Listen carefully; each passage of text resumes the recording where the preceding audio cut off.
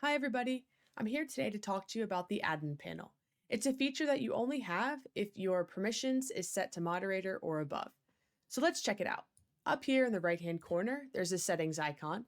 Click that and go to admin panel. In here, you'll notice there are 4 different sections: analytics, user accounts, rooms, and world. So let's start with world settings. These settings affect the overall space, such as who can log in, what user permissions are there going to be. You'll notice as I toggle these on and off, you're getting a preview below of what it will look like when you log in. I can set my access code here if I need them to provide a password in order to get into the world. Can the world use vibes? What should it be called? Can I change the background logo and beginning messages? Of course, all that can happen right here in the world settings. On the right-hand side, you'll also notice a rooms list. You can set which room is the first one you enter as your default room. You can also drag and reorder the rooms for how they're going to appear in the drop-down panel. Let's jump into rooms. In the room setting, you can choose a specific room by highlighting it, and this will then allow you to change the settings per that room. So example, for name, I'm just going to call it Anna. I'll save it, and you'll notice that it automatically adjusts the name over here and will also adjust it in the room panel. We'll go ahead and put that back for future usage. I can also change the background by clicking change, scrolling through what we have already uploaded, or upload something new from my desktop. In here, we also have room settings. This determines how many people can come into this space, should they be able to see their cameras, and/or can I turn on or off spectator mode.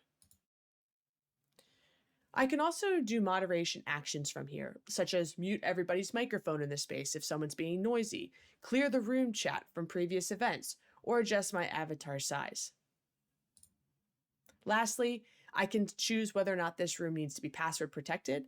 I can change the password each time, and I can require it on every time you try to enter that room for you to actually input it.